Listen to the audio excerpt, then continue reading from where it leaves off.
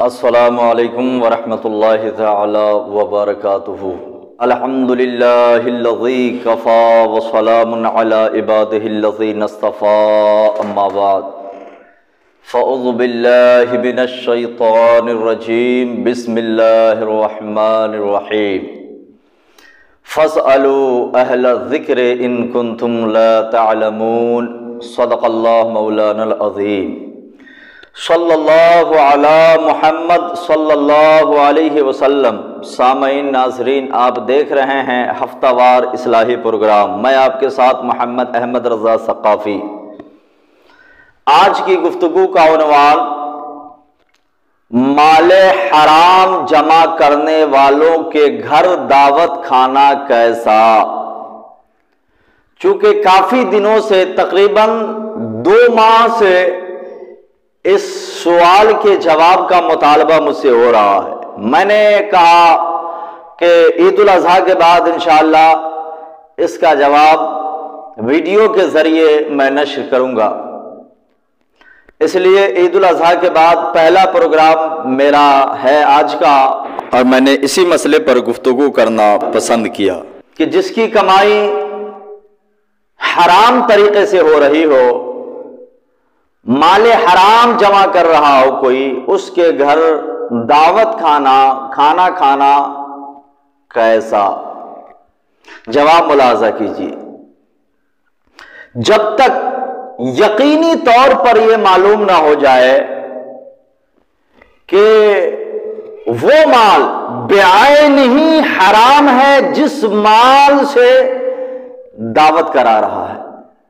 جس مال سے دعوت کا انتظام کیا ہے، وہ مال بعینہ حرام ہے، جب تک کہ یقینی طور پر یہ معلوم نہ ہو جائے تب تک اس کے گھر کھانا کھانا جائز اور درست،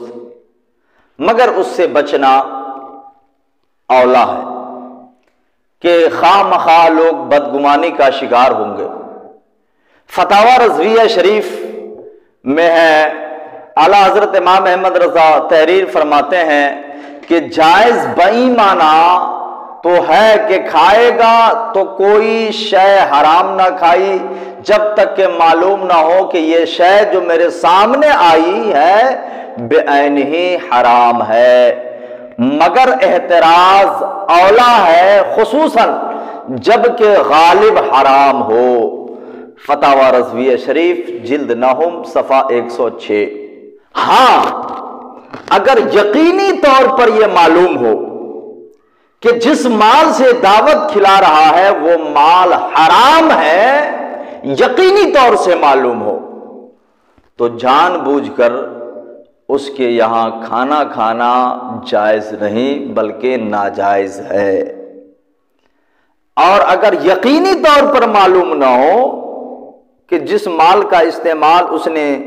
دعوت میں کیا ہے، کھلانے میں کیا ہے، وہ مال حرام ہے یا حلال ہے، اس چیز کا پتہ یقینی طور پر نہ ہو، علم یقینی طور پر نہ ہو، تب تک اس کے یہاں کھانا کھانا جائز ہی ہوگا۔ اگر یقینی طور پر معلوم ہو جائے کہ نہیں، یہ کھانا جس سے کا جو انتظام کیا ہے اس میں مال حرام کا ہی استعمال کیا ہے، یقینی طور پر معلوم ہو جائے، تب اس کے یہاں کھانا کھانا جائز نہیں ہوگا اور درست نہیں ہوگا، اس سے بچنا ہر حال میں ضروری ہے۔ ہاں، اس شخص کی کل آمدنی حرام ہے، کل کی کل آمدنی حرام ہے اس شخص کی، مگر جس دن لوگوں کی دعوت کیا اس دن انہوں نے اس مال حرام کا استعمال نہیں کیا کھلانے میں، بلکہ کہیں سے قرض لے کر کے آیا، حلال پیسے لے کر کے آیا بطور قرض، اور دعوت کھلانے میں اس حلال پیسے کا استعمال کیا، اپنی حرام کمائی کا استعمال نہیں کیا، بلکہ کہیں سے قرض لا کر کے کھانے کھلانے میں استعمال کیا، تو گرچہ اس کی اپنی کمائی حرام کی ہے، مگر اگر کھلانے میں اس کمائی کا استعمال نہیں کیا،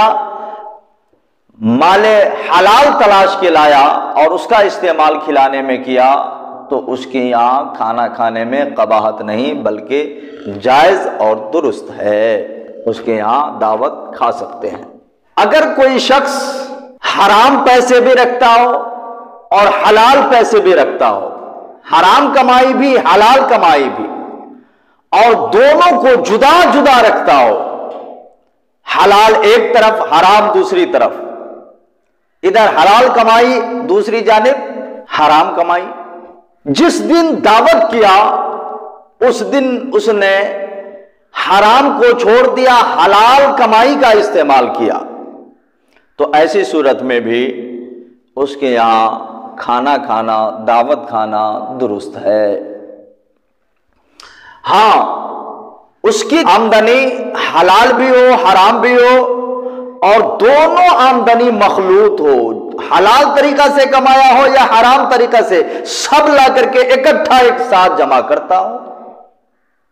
دونوں کو ملا دیتا ہو، حرام بھی حلال بھی، تو اس کی دو صورت کہ حلال کی مقدار زیادہ ہے یا حرام کی مقدار زیادہ ہے۔ اگر مال حلال کی مقدار زیادہ ہے تو اس کے یہاں دعوت کھانا، کھانا کھانا جائز ہے مگر پرہیز بہتر ہے، دونوں مخلوط ہو، اور مال حلال،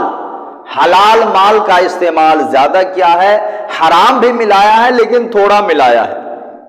تو عذر شرع اس کے یہاں دعوت کھانا جائز تو ہوگا مگر پرہیز بہتر ہے۔ مگر اس کے برخلاف مال حرام کا استعمال زیادہ کیا اور حلال کا استعمال کم کیا، دونوں مخلوط ہے، حلال کی مقدار کم اور حرام کی مقدار زیادہ، تو ایسی صورت میں اس کے یہاں دعوت کھانا جائز نہیں، درست نہیں بلکہ ناجائز ہے۔ اگر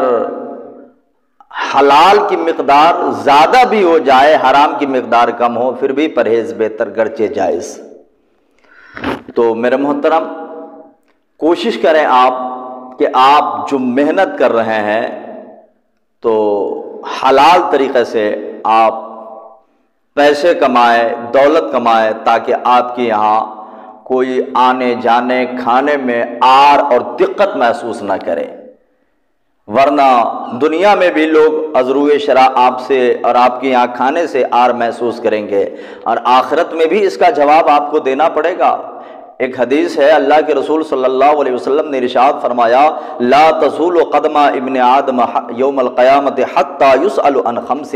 کہ بروز قیامت ابن آدم کے قدم آگے نہیں بڑھیں گے جب تک کہ ان سے 5 سوال کر نہ لیا جائے، اور وہ 5 سوال کے جواب دے نہ دے تب تک کہ اس کے قدم آگے نہیں بڑھیں گے۔ اس میں سے تیسرا سوال یہ ہوگا،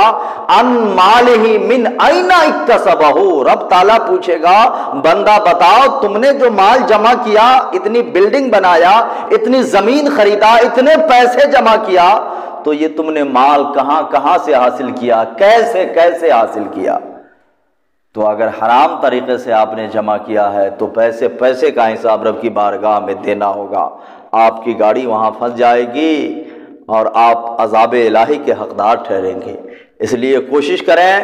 کہ 2 پیسہ ہی کمائے لیکن حلال طریقے سے کمائے، تاکہ اللہ اس میں برکت دے اور لوگ بھی آپ کے یہاں آنے جانے اور کھانے میں آر محسوس نہ کرے، اور آخرت میں بھی رب کی بارگاہ میں جب سوال ہو تو آسانی کے ساتھ جواب دے سکے اور وہاں آپ کی گاڑی نہ پھنسے۔ اللہ تعالیٰ کی بارگاہ میں دعا کرتا ہوں، مولا تعالیٰ ہم کو آپ کو سارے مومنین کو رزق حلال حاصل کرنے کی توفیق عطا فرمائے، حرام رزق سے بچنے کی توفیق رفیق عطا فرمائے۔ وما توفیقی الا باللہ۔ السلام علیکم ورحمۃ اللہ تعالی وبرکاتہ۔